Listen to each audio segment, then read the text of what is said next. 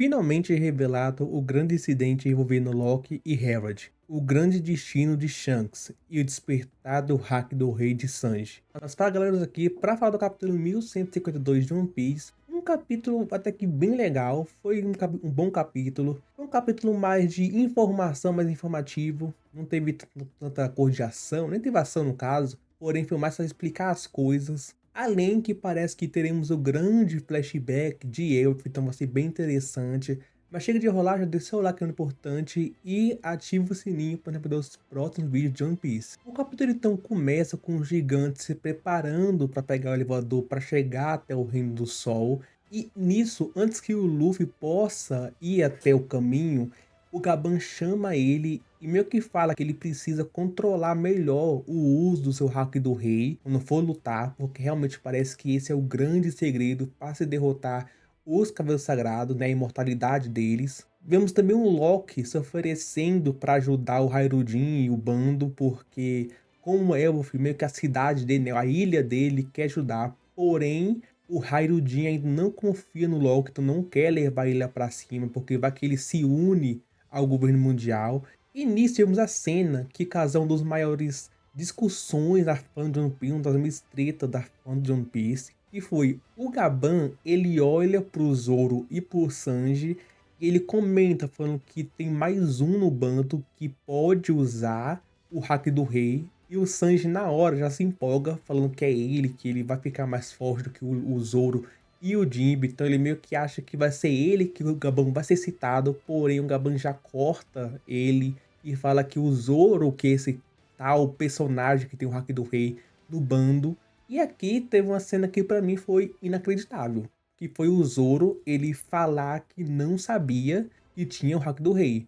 Tipo, como assim? O cara literalmente, o Kaido falou pra ele, até a parte do Kaido, beleza, dá pra passar um pano. Porém, quando ele aceitou a Ema e tudo mais, ele fez randoms desmaiarem, o King falou pra ele, e ele falar que não sabia que tinha hack do rei, tá de sacanagem. Tipo, realmente é um nível de burrice muito grande. Eu sei que o Zoro não é um posto de inteligência, mas tem limites. Até o Luffy fica surpreso que o Zoro não sabe, porque o Luffy fala que o hack do rei do Zoro meio que fica vazando do corpo dele toda hora. E meio que o Luffy achava que ele sabia. Isso aqui pra mim eu acho que é uma informação até que bem inovadora, uma informação bem estranha, porque é a primeira vez que a gente vê isso de tipo o hack do rei vazar. Porque o hack normal realmente tinha às vezes, tipo, Barba Negra quando via o Luffy falava que o hack dele tá mais forte. Não citava se era o hack do rei ou se era o hack em si, de tipo, armamento e tudo mais. Porém, aqui é a primeira vez que é citado esse vazamento do hack do rei. Talvez a gente possa pegar, por exemplo, outros exemplos que teve em One Piece, que foi a Big Mom, quando ela fica meio que transtornada quando a mãe Carmel perdeu o retrato dela, quando foi quebrado o retrato da mãe Carmel, e ela começa a gritar, a chorar, e meio que espelha hack do rei, aquilo pode meio que ser um vazamento, pode ser considerado um vazamento. O Kaido, quando vê com muita raiva, também pode ser considerado um vazamento. Porém, o Zoro não se mostrou fazer algo parecido para que realmente o Luffy possa falar que ele tá vazando o hack do rei. Então, para mim, essa informação é um pouco estranha, porém pode ser mais aprofundada no futuro. E aqui, o Gaban, vendo que o Zoro meio que é um asno e não sabia que tinha hack do rei, o Gaban ele mete a real pro Zoro, falando que se ele tem um poder que não sabe controlar, ele tem um poder que ele não sabe que é um poder muito grande, aquele poder não vai servir de nada e aquilo vai fazer com que ele não seja nem digno de fazer parte do bando de Yonkou. Porque assim não vai conseguir apoiar o Luffy, não seria digno de ficar ao lado do Luffy.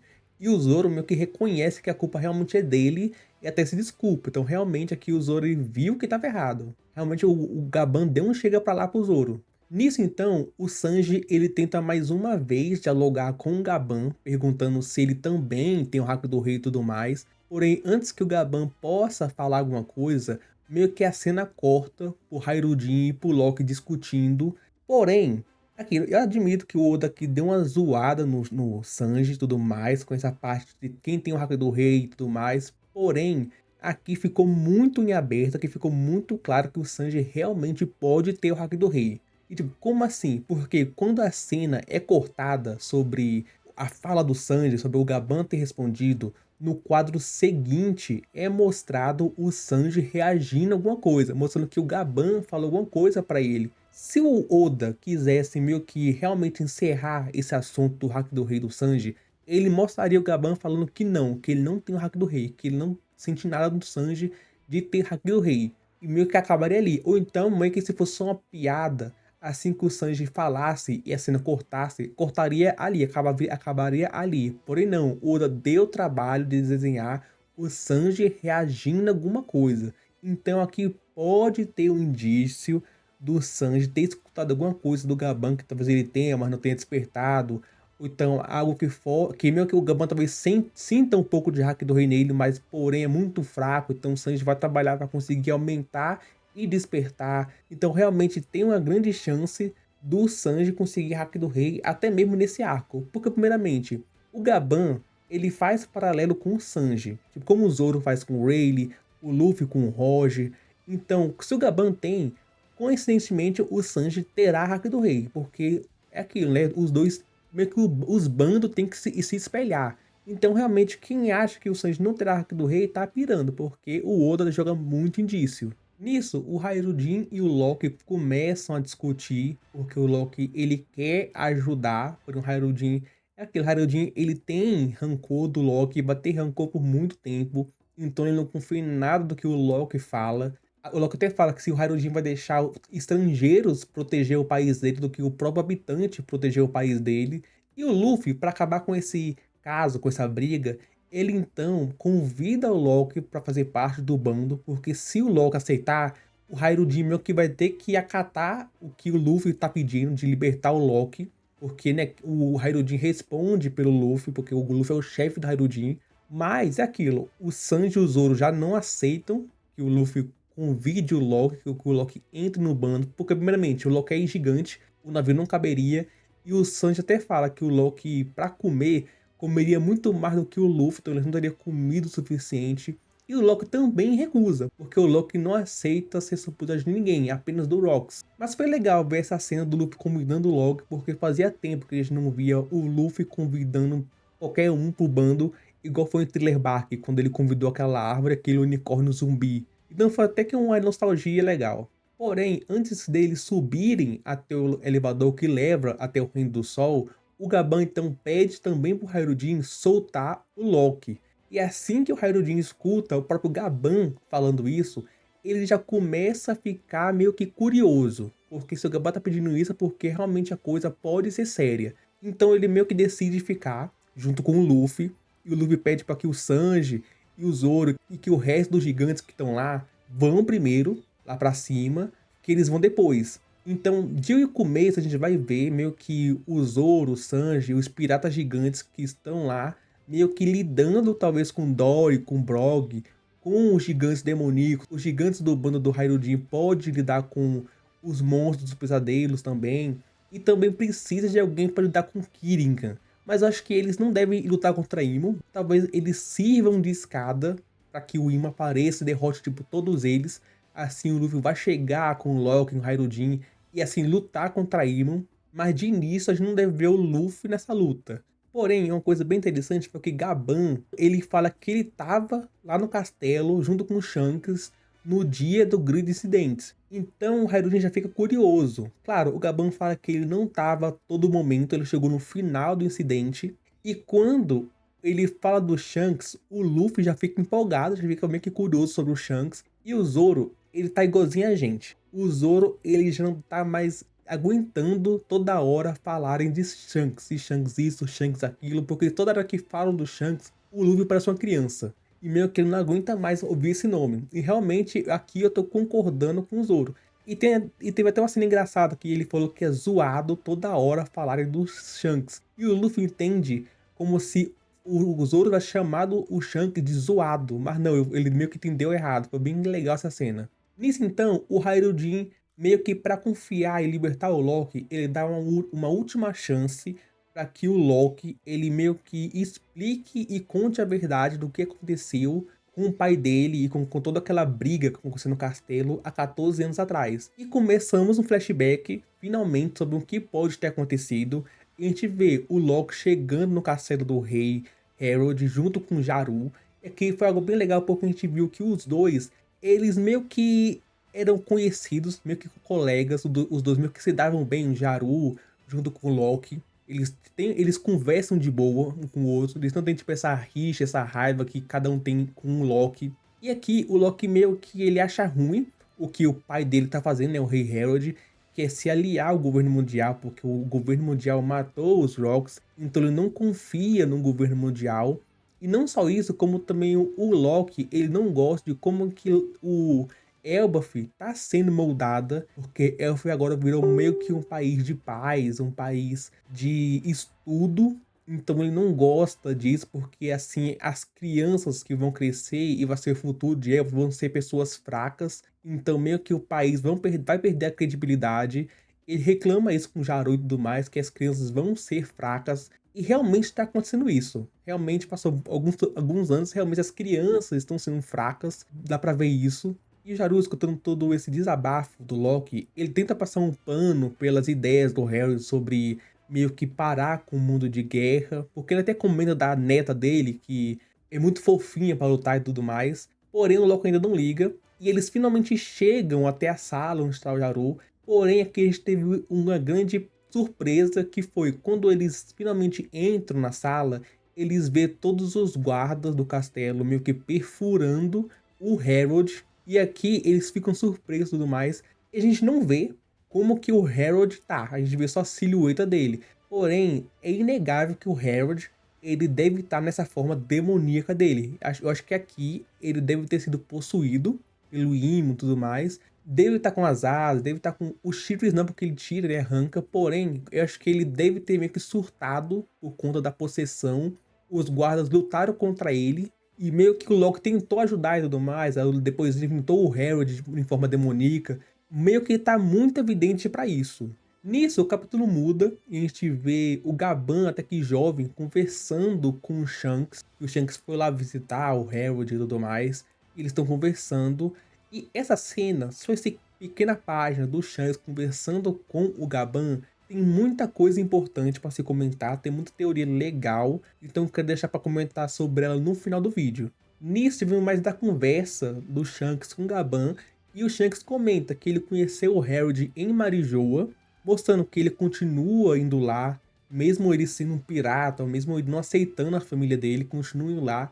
E que o Harold junto com ele se deram bem, vieram meio que amigos. E ele foi pra Elbaf pra meio que conversar algo sério, meio que alertar o Harold sobre algum assunto que supostamente deve ser o roubo da Akuma no Mi especial que tem no reino de Elbaf, né, passar de geração em geração. Eu acho que o Shanks descobriu que o governo queria essa fruta e meio que queria alertar o Harold, mas foi tarde demais. E pra mim, eu sigo firme que essa fruta especial deve ser a fruta do Luffy, a Ito no Mi modelo Nika. Eu acho que o governo pegou, roubou do Harold assim que aconteceu toda aquela treta, e o Shanks foi pegar de volta depois que conseguiu, o Luffy acabou comendo. Então realmente isso tudo que se indica que possa ser isso. E na última parte do capítulo, a gente começa então outro flashback, que foi agora 109 anos atrás, com meio que todos os piratas gigantes no seu auge, onde o mundo temia os gigantes. É que a gente vê o Harold com seus 45 anos, que na idade dos humanos seria meio que 15.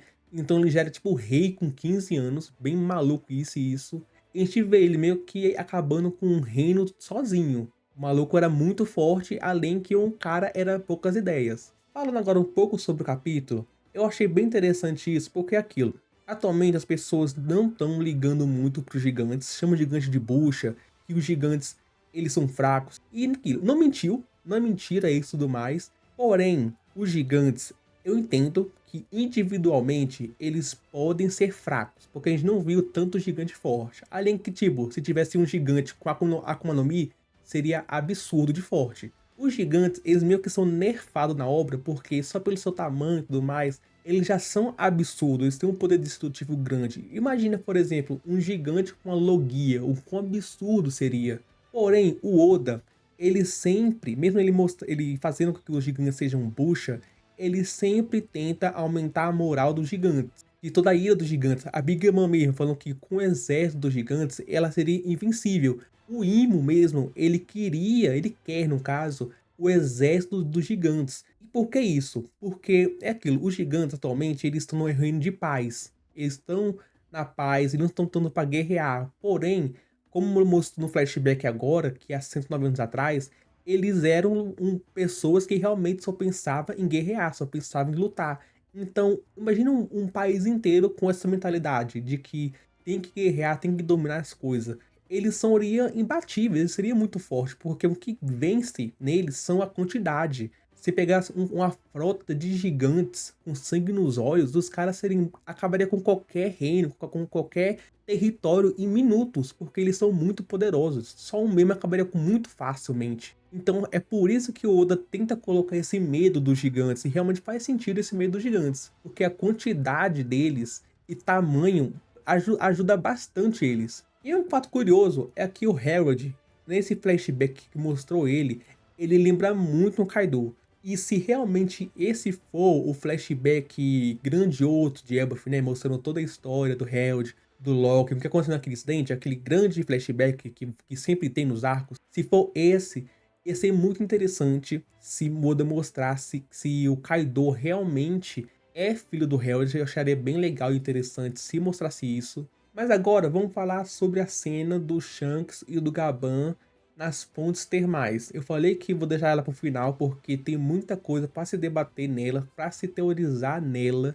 E a primeira coisa é, o Gaban fala que faz muito tempo que ele não, meio que não vê o Shanks, não toma banho com o Shanks e tudo mais, né? Tem esse momento de amizade entre eles. E meio que o Gaban fala entre 3 e 4 anos, porém, o Shanks já corta falando que faz 10 anos que o Roger morreu e que eles se separaram, mostrando mais uma vez que a teoria de que Elbaf meio que possui uma linha do tempo diferente, meio que o tempo em Elbaf se passa diferente, se passa mais lento, se comprove mais verdadeira. Realmente acho que aqui realmente é o prego final para falar que essa teoria é verdadeira. O Oda ainda não falou explicitamente isso, que o tempo em Elbaf se passa mais devagar. Ele tá dando muita dica de que possa ser isso. E eu quero que o Oda meio que se aprofunde um pouco mais nessa teoria. Ia ser muito interessante esse conceito. Aliás, essa cena do Shanks tomando um banho com o Gaban também teve outra coisa bastante interessante, porque a gente vê no braço do Shanks, no braço esquerdo do Shanks, uma pequena tatuagem, coisa que a gente não sabia antes, a gente nunca tinha visto antes. E isso tem dois significados. O primeiro é que esse pode ser a grande marca do abismo do Shanks, porque a gente viu que o Shanks continua indo para Marijoa, mesmo sendo um pirata famoso, que não, nessa época ele não era um Kou nem nada, se não me engano, mas ele continuava indo para Marijoa, então acho que essa possa ser a marca do abismo do Shanks. Porém, ela é muito diferente do que foi mostrado quando apareceu no Summers. Então a gente pode pensar em duas possibilidades. Ou a marca do abismo ela é diferente para cada pessoa, ou então aquela marca do Shanks possa ser outra coisa, que é a segunda possibilidade que eu quero falar para vocês. Porque eu acho que talvez essa marca do Shanks, em vez de ser a marca do abismo, ser meio que algum brasão da família dele, algum brasão da família real, da família dos Figuerland. Porque, querendo ou não, a gente viu o Sommers, quando tava vestindo a roupa dele, que meio que no braço do Sommers também tinha uma marca igualzinha à marca do Shanks. Então aquilo pode meio que representar, talvez, algo relacionado aos Terubitos, algo relacionado às famílias dos nobres. Então realmente é uma coisa interessante. Talvez o Oda meio que tenha feito um retconzinho pra mostrar esse marco, porque ele já tinha mostrado muitas vezes o braço do Shanks e não tinha isso, então ele meio que pode ter feito um retcon, mas aquilo, muita gente tá achando que é um furo, porque o Shanks tomou um golpe e não se regenerou, sendo que nunca foi dito se a marca do abismo meio que dava imortalidade. Não, a marca do abismo sempre foi dita como meio que um meio de transporte. A pessoa tem a marca do abismo e consegue meio que se teleportar para qualquer outro lugar, tanto para Marijoa, tanto para outros lugares. Só meio que foi falado isso sobre a marca do abismo, mas de resto, tipo, imortalidade, essas coisas, nunca foi falado.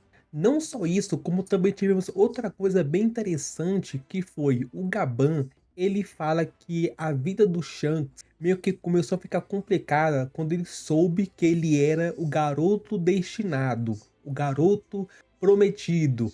Isso é bem interessante porque é aquilo, muita gente acha que o Luffy meio que é o garoto do profeta, não, do garoto do destino, igual o Naruto, essas coisas, mas não, ao que parece é o Shanks. Isso é bem interessante porque aqui, a gente lembra que quando o Roger retornou de Laugh Tale após descobrir One Piece, ele falou alguma coisa com o Shanks que fez ele chorar e tudo mais. Talvez ele tenha falado isso, que o Shanks é uma grande promessa no mundo, que o Shanks é o destinado a alguma coisa. E meio que ele segue preso nesse destino. Tanto que ele mesmo fala que ele queria viver uma vida tranquila de pirataria com Bug. Porém, não, ele não pode fazer isso por conta do seu destino. E isso, que eu não, é algo bem triste, porque que a gente for ver, após ver essa conversa do Shanks com o Gaban, como meio que tanto o Bug como o Shanks, eles têm um paralelo muito grande, porque o Bug, ele meio que se sentia excluído pelo Roger, pelos outros, porque eles viam o Shanks como alguém prodígio, um garoto prodígio. Então o Bug ele desistiu do seu sonho de meio que querer ser alguém grande para ajudar o Shanks a ser alguém grande, a ser um rei, a ser o próximo Roger. Porém, após o Shanks decidir que não ia estar One Piece, não ia fazer aquilo agora, o Bug meio que perdeu as esperanças no Shanks, meio que viu que a vida dele foi uma mentira, meio que ele viu que foi enganado esse tempo todo e pegou ranço do Shanks. É por isso que ele meio que odeia o Shanks até hoje. Porém, a gente vê o lado do Shanks agora, porque o Shanks ele queria viver isso com o Bug, ele queria aceitar isso com o Bug. Porém, o Shanks meio que desistiu do sonho dele para viver uma vida destinada, uma coisa que ele não queria. Ele tá seguindo o que foi destinado a ele. Então, meio que os dois são paralelos de desistir dos próprios sonhos para seguir algo que não aceita, para seguir algo que não é da vontade deles. Então, é bem legal isso. E vendo isso, realmente é uma coisa bem triste, porque a amizade dos dois era algo muito legal, era algo muito bom de se ver. Eu espero que o Oda realmente no futuro consiga fazer com que os dois se entendam novamente e trabalhem juntos. Meio que se reconciliem, ser bem legal, velho, realmente ser bem bom. Mas agora é aquilo, o que esperar dos próximos capítulos de One Piece? A gente talvez agora vamos começar, né, a ver o grande flashback de Elbaf, ver a história do Herald, ver a história do Log, o que aconteceu naquele grande incidente. E quando retornar finalmente a ação, a grande guerra que está predestinada em Elbaf contra Imo e tudo mais, vai ser bom, vai ser bem legal. Realmente o Oda tá hypando muito. Elbaf está fazendo um arco muito bom, com muita informação pra gente. Tanto questão do Shanks, questão da história, tá sendo bem legal mesmo. Mas agora eu quero saber de vocês, o que acharam do capítulo 1152 de One Piece? Gostaram? Comente aqui embaixo. Mas o vídeo vai ficando por aqui. Não se esqueça, se eu gostei, é importante, de se inscrever no canal se já tá me ajudando. E ativar o sininho para não perder os próximos vídeos. Obrigado e até a próxima.